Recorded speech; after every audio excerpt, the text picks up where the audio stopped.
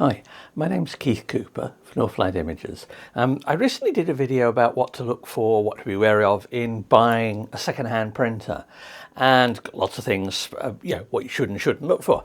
But I had several people contact me and say that they're concerned about buying a new printer because of things they'd read on the internet. Big phrase, but you know what I mean.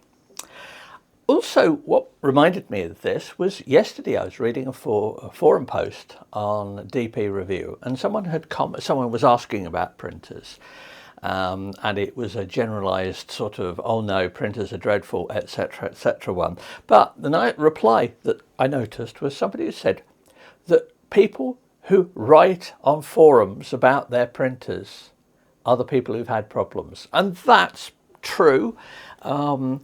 I try and post things that are positive as well when I've been testing printers, but I know that most of the comments I receive from people are ones who have problems, issues with it. Now, I'm not talking something about the Mac AirPrint problem, which I've covered for a lot of printers, which is a thing where you can accidentally install the wrong version, the AirPrint driver on a Mac, and you lose all sorts of functionality. That is it's too easy to do. I've done it myself, hence why I did the videos. Nor am I talking about people who mistake their own ineptitude for problems with printers. Now, I'm sorry to be so blunt about it like that, but it does come a point where printers are complex devices. And at a certain point, if you don't make any effort to actually understanding what's going on, then problems are going to be way above your head.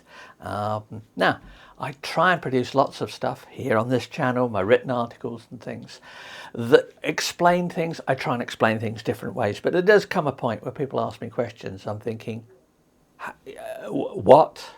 I don't even know what the problem is. Now, that's not saying don't ask me if you've got problems with your printers, because I do appreciate it, because quite often the questions that people ask, my answers to them give me ideas for short videos and things like this. But really, the thing is let's take a printer like the Epson ET-8550. Now, I widely recommended this as a great printer to get into printing with, because it's an ink tank printer. That means the ink costs are relatively small.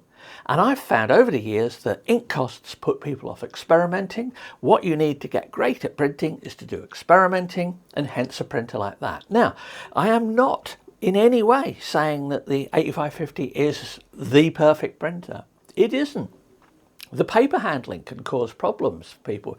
If you put some thick papers through it, some printers make slight marks on the paper. Of course, people will try putting any old stuff through a printer, thick bits of card and all sorts of things. Now, you can use a straight through path, and then when they get marks on it, they go, oh, this printer's rubbish.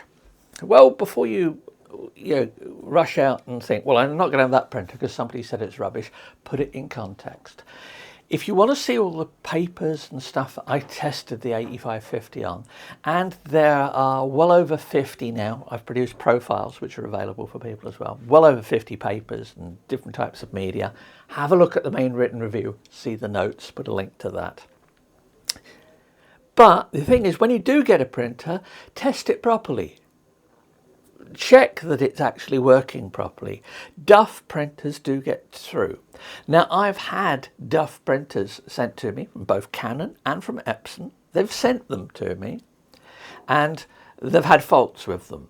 Now, one was pretty obvious. It had been dropped by the courier on the way. So look at things like that. If the internal packaging shows sign of damage.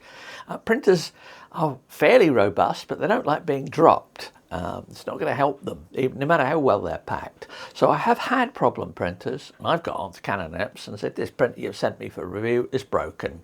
Replace it, please, because I can't test a broken printer. No, nor should you have to use a broken printer. So always check your printers, any new printer you get. As I had all that stuff about used printers. Many things in the description about buying used printers are relevant to ongoing usage of a new printer. But the key thing is always check your new printer. Unfortunately, accept there may well be faults. And don't get too worried about assorted nonsense you read on the internet. And because it really is, there is so much I read that is not even wrong. It's so bad. So do your printing, enjoy your printers, but just take care when you get it like any new product.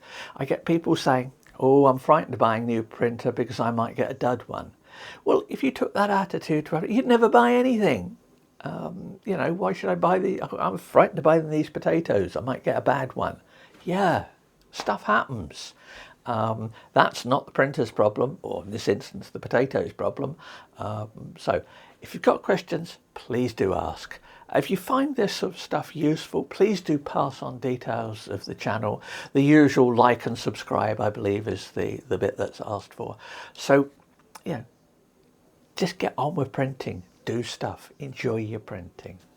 Thanks for watching. Bye.